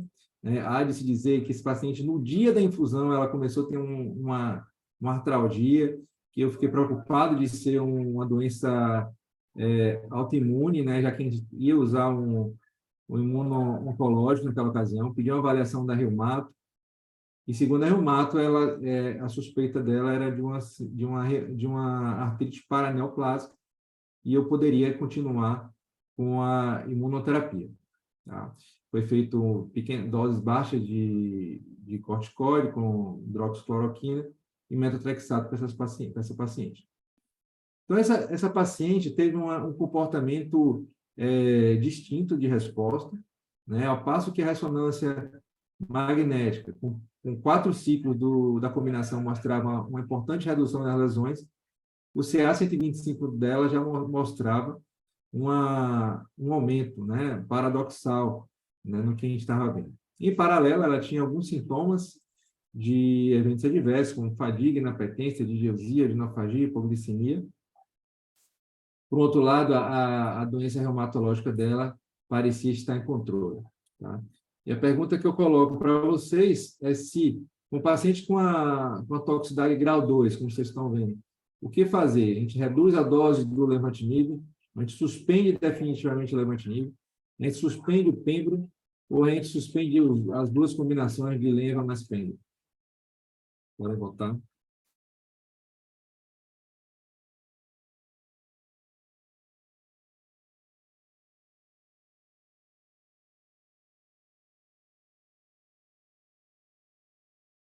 Não sei se vocês estão ouvindo um barulho aqui, mas está tendo uma gincana aqui embaixo. E aí, um treinamento de gincana, um monte de adolescente aqui no playground.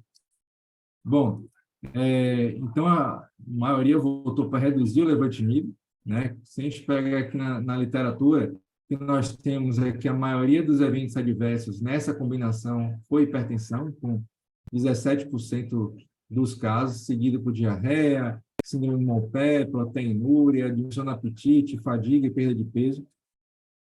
Os pacientes apresentaram redução da dose de uma redução de dose em quase 24%, 2 reduções de dose em 25,6%, 3 reduções de dose em 14,3%. Mas teve alguns que chegaram a reduzir 4 vezes a dose, né, chegando a 8,4%. Se a gente pegar aqui um esquema de redução da dose do levantinib nesse estudo, a dose padrão para iniciar é de 20 miligramas, mas a gente pode reduzir para 14, para 10, para 8 miligramas, tá? A depender de como a gente encare os eventos adversos, né? É claro que tem algumas situações, como insuficiência renal, insuficiência hepática, você pode reduzir até mais um pouco do que isso aí, sim. Mas o interessante, pessoal, desse estudo, né, é que a gente tem que colocar aqui na discussão que talvez e tentar identificar de quem está dando o evento adverso nessa combinação. Né? Esse paciente está tendo um importante benefício do ponto de vista de imagem, porém está tendo um evento adverso relativamente grave. Né? Lídia, eu queria ouvir de você, como você lida isso na prática? Se você, nesse paciente, você poderia seguir, por exemplo, só com o pembro, né? Suspenderia o levantinib em algum momento, eu cheguei a fazer redução de duas vezes a dose, né? Eu cheguei a 10 miligramas, e minha pergunta é se você poderia seguir com esse paciente só com pembrolizumab. Pois é, Fernanda, assim, a gente sabe que o sinergismo é mais eficaz, mas também às custas de maior toxicidade, né? E, a princípio, parece que essa toxicidade é, sim, às custas do lenva, né? Eu já tive pacientes que colegas que usaram, até às vezes para começar, os colegas já vêm falar comigo, e aí, é uma paciente idosa, porque a gente sabe que câncer de endométrio geralmente está na faixa ali dos 70 anos, diferente de tumor, por exemplo, de colo de útero. E aí, eu reduziria a dose mínima do estudo foi 8 miligramas.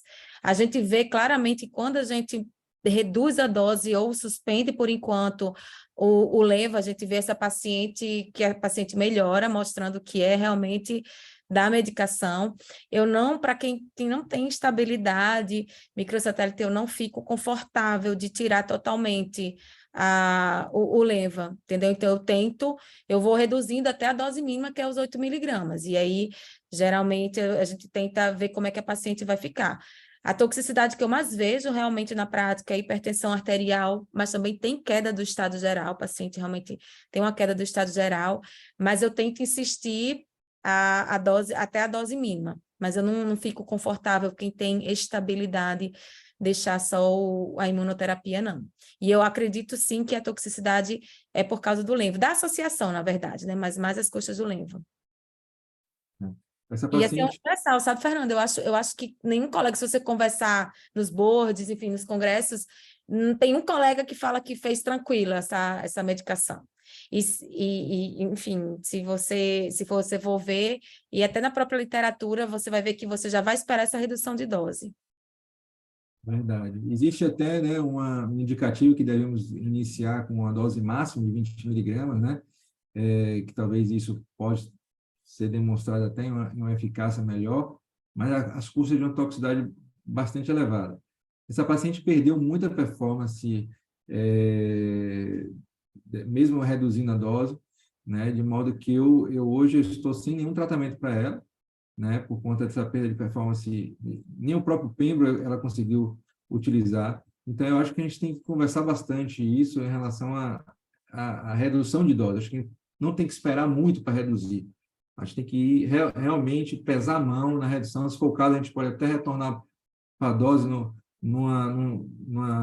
tempo maior, mas eu acho que o aprendizado que eu tive como médico nesse caso foi que a gente não pode ficar esperando a toxicidade aparecer com maior gravidade. Acho que a gente tem que seguir com a redução o mais precoce possível. Mas antes de a gente encerrar, eu quero perguntar para o Vandré, tem uma pergunta diretamente para ele aqui, se nesse caso, André, específico aí, poderia ser feito só a alforectomia, né, dessa paciente, né, que era a única lesão que estava progredindo, e esquecer o útero dessa paciente lá. Ou se você já tirou o útero, ou se você tirou a alforectomia, você tiraria o útero também.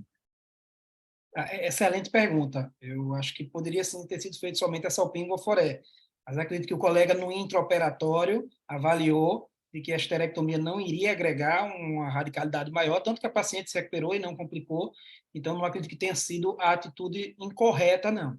Mas, mais uma vez, a salpingo-foré, de forma isolada para controle, seria uma estratégia, na minha concepção, também muito, muito pertinente.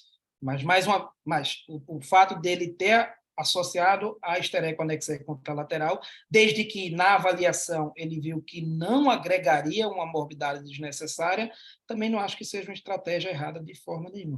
E lembrando que não passa a ser uma cirurgia paliativa porque ela não tem sangramento, mas, de uma forma geral, vislumbrando de que ela possa vir a ter, e ele já avaliou cirurgicamente no intraoperatório de que a morbidade seria pequena, eu acho que isso aí justificou o que ele fez, que foi a esterecoanexia bilateral. Mas foi excelente a pergunta.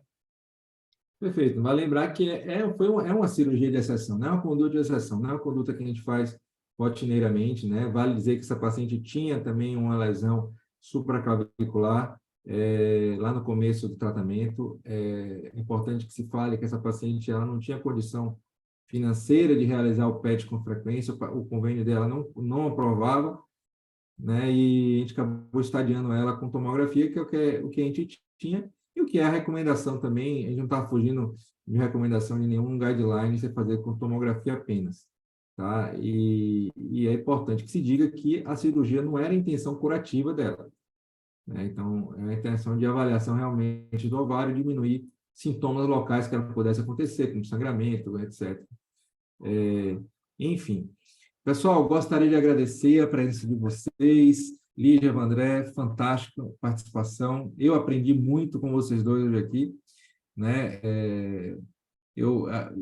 Alguns ensinamentos de cirurgia eu tenho até hoje por causa de você, viu, André? Desde a época que a gente rodou lá na Oncogineco. E Lígia, obrigado pelos seus insights, né? Corroborou bastante, é muito gratificante quando você ouve a opinião do colega e nós concordamos na maioria das coisas, né? É bom que a gente está fazendo a coisa certa ao nosso ver. E quero agradecer também a todos que estão assistindo. Batemos um público aqui espetacular, de 50 pessoas.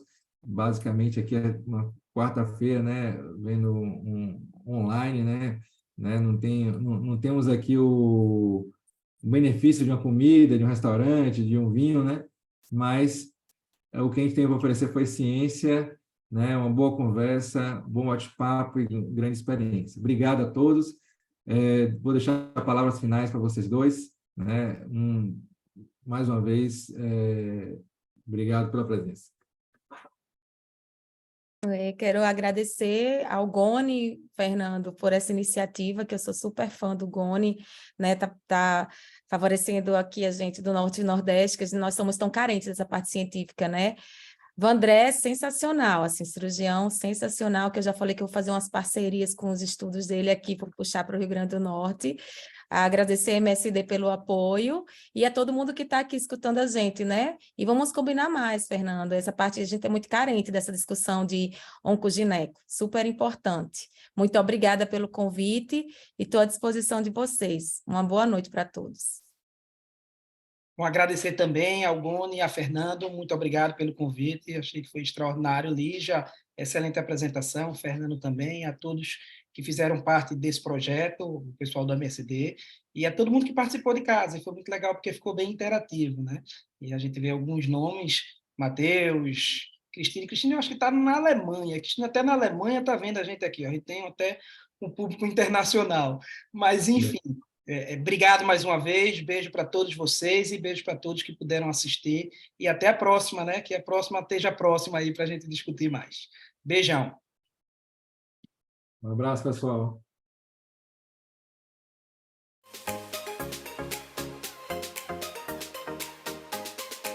Tchau, pessoal. Beijo.